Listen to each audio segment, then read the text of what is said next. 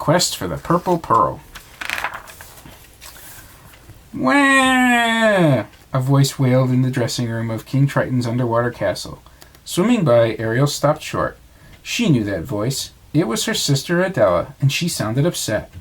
Ariel swam closer and peeked into the room. Adela wasn't alone. Aquata, another sister, was with her. You can't let anyone see you. You have a bad case of the bubbles, Aquila was saying to Adela. It's from eating too much sugared seaweed. The bubbles? Adela asked. She turned and Ariel gasped. Adela's face was covered with pink and green polka dots. Daddy warned me not to eat too much seaweed, Adela said. If he sees me like this, I'll be in so much trouble. She hiccuped, and pink and green bubbles floated up. Aquata frowned. Bubbles are serious. There is a cure, but it's almost impossible to find. Pearl lotion made from a purple pearl. They grow inside triple-banded sea oysters. Adela whimpered. Don't those oysters eat merfolk? Sometimes, Aquata admitted. Ariel bit her lip. Poor Adela. She needed help. Later in her treasure grotto, Ariel told Flounder she was going to find a purple pearl. You're going to do what? Flounder exclaimed. But the only place to get one of those is from a triple-banded sea oyster, and they live in Blackbeard's Trench. That means you'll have to cross the barbed sea kelp forest. Ariel shrugged. Adela needs help. I can't tell them I'm going because they'd worry. But someone has to get the cure. Besides, I've been in kelp forest before. Not like this one, Flounder said. This kelp is huge. He spun in a circle. There's a riptide. Each strand of sea kelp is covered in thorns, and the space in between them are tiny. Don't be such a guppy, Ariel said. She swung her collecting sack over her shoulder. Are you coming? Flounder didn't like being called a guppy, so together he and Ariel headed off to find the purple pearl. The ocean path leading to the kelp forest was dark and very quiet. Even though Ariel had told Flounder not to be afraid, she was starting to get cold fins herself as they swam along. Up ahead was the barbed sea kelp forest. Ariel gulped. Everything Flounder had said was true. A wild riptide raced through the kelp. The space between the strands was barely wide enough for a small mermaid like her to fit through. But the worst part was the thorns. Each one was 6 inches long. Even though she was scared, Ariel thought about Adela's polka-dotted face. She had to help her sister. With a flip of her fins, she entered the kelp forest. Carefully she slid between 2 strands. There, that wasn't so bad. She wove between 3 more strands. No thorns touched her. She could do this. Let me go ahead, Flounder said, trying to be brave. I'm smaller than you. Good thinking, Ariel said. She followed his blue tail. Was it her imagination, or were the strands now even closer together? This way, Flounder called. Ariel swam after him. A thorn scratched her arm. Flounder zipped through another gap, but it was too tight for Ariel. Flounder, I can't get through, she cried. His little face appeared in the gap. I'll help. He helped the kelp aside with his mouth. Better? But there still wasn't enough space. Ariel felt the pull of the riptide behind her. The current was growing stronger. As Ariel watched, the riptide forced the kelp strands apart. That gave her an idea. What if she rode the riptide like a dolphin in the surf past the thorns? Watch out, Flounder! I'm coming through! At just the right moment, Ariel launched herself into the rushing water. The current carried her straight through a gap in the kelp. Not a single thorn scratched her. On the other side, Ariel tumbled head over tail before grabbing onto an anchor of a shipwreck to stop herself.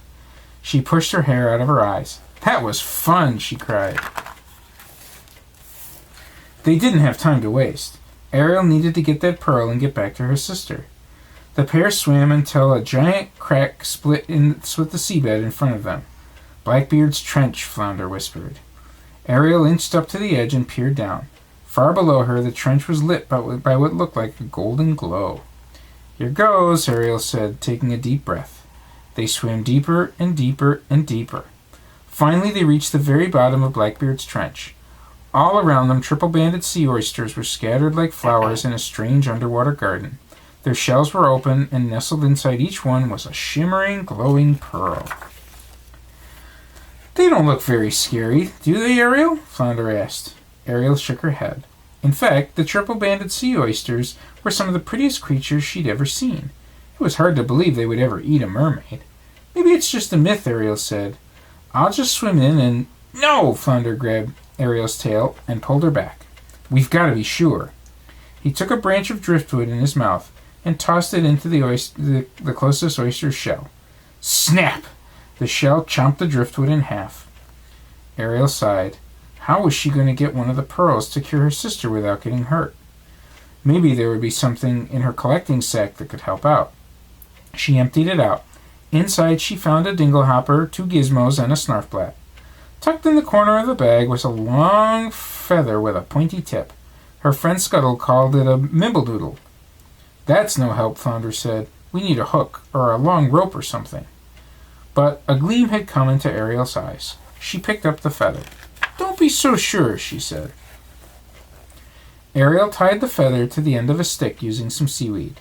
She snuck close to one of the oysters, then she ran the feather gently across its pink inside. She braced herself for the shell to snap shut, but instead the oyster shuddered. It shook. It went, ah, ah, ah! Ariel dropped the feather and backed away. Achoo! With a mighty sneeze, the purple pearls shot out of the oyster's mouth and straight into Ariel's hands. Flounder did a backflip. Bullseye! He yelled. What does that mean? Ariel asked, confused. The fish shrugged. I don't know. I heard Scuttle say it once. Together they swam out of Blackbeard's trench and rode the riptide back across the barbed kelp sea forest. The ocean was still dark and quiet, but the glow from the purple pearl lit their way. Adela! Adela! I got it! Ariel called as she swam into the mermaid's dressing room. Adela and Aquata were brushing their hair in front of the mirrors. Got what, dear? Adela asked. She turned around, and Adela's face was completely clear. You're cured! Ariel exclaimed. But how? I overheard you and Aquata talking about how Bubbles... Aquata laughed. Oh, Bubbles go away on their own, she said with a wave of her hand. I was just pulling Adela's fin with the story about the purple pearl lotion. You didn't believe it too, did you? Flounder's jaw dropped, but Ariel quickly smiled. Oh, me? Believe that story? No, of course not. She hid her glowing collecting bag behind her back and quickly swam out of the room.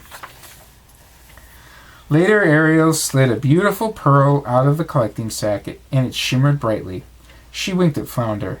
It would have been a shame to turn it into lotion anyway, she said, and I know a much better place for it than in a bottle. Flounder grinned. That meant it would be a very special addition to Ariel's treasure grotto. The end.